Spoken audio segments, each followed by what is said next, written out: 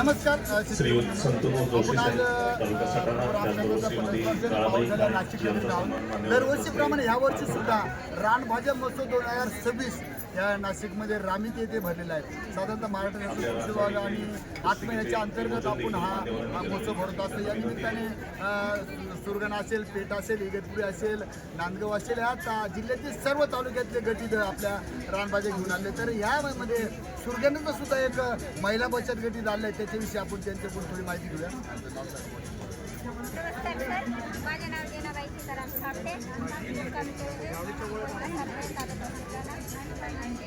आमच्या गटाचे नाव आहे आम्हाला सांगा तुम्ही कुठल्या रानभाज्या आणलेल्या आहेत? पेरा आहे, गवतीची आहे, करडूची भाजी आहे, सफेद नारळीची भाकरी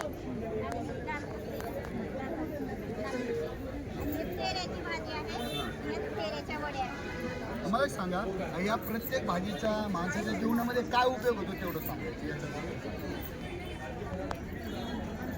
सर्वात महत्त्वाचं मित्र येईल तुम्ही पाहिला असेल हा गट इथं आलेला आहे. गटाने तुम्ही पाहिला ते असं एकदम पौष्टिक याच्यामध्ये भाकर असेल, तेऱ्याची भाजी असेल, तेऱ्याच्या वड्या असेल, सुंदर अशी मिरची असेल, हा ठेसा असेल, हा वेगवेगळ्या प्रकारच्या भाजी झालेल्या आहेत. तर सर्वात महत्त्वाचा विषय की रानभाज्याचं महत्त्व आपल्या जीवनामध्ये अनंत साधन आहे. म्हणजे औषधिक महत्त्व असू द्या, पौष्टिक महत्त्व असू द्या. त्यानिमित्त खऱ्या अर्थाने हा गट आहे. हा जे आदिवासी एरियातले आदिवासी तालुक्यातले जे शेतकरी आहेत, बचत गटातील लोक आहेत, ह्या नेहमी आपल्या जीवनामध्ये ह्या भाज्या खातातच.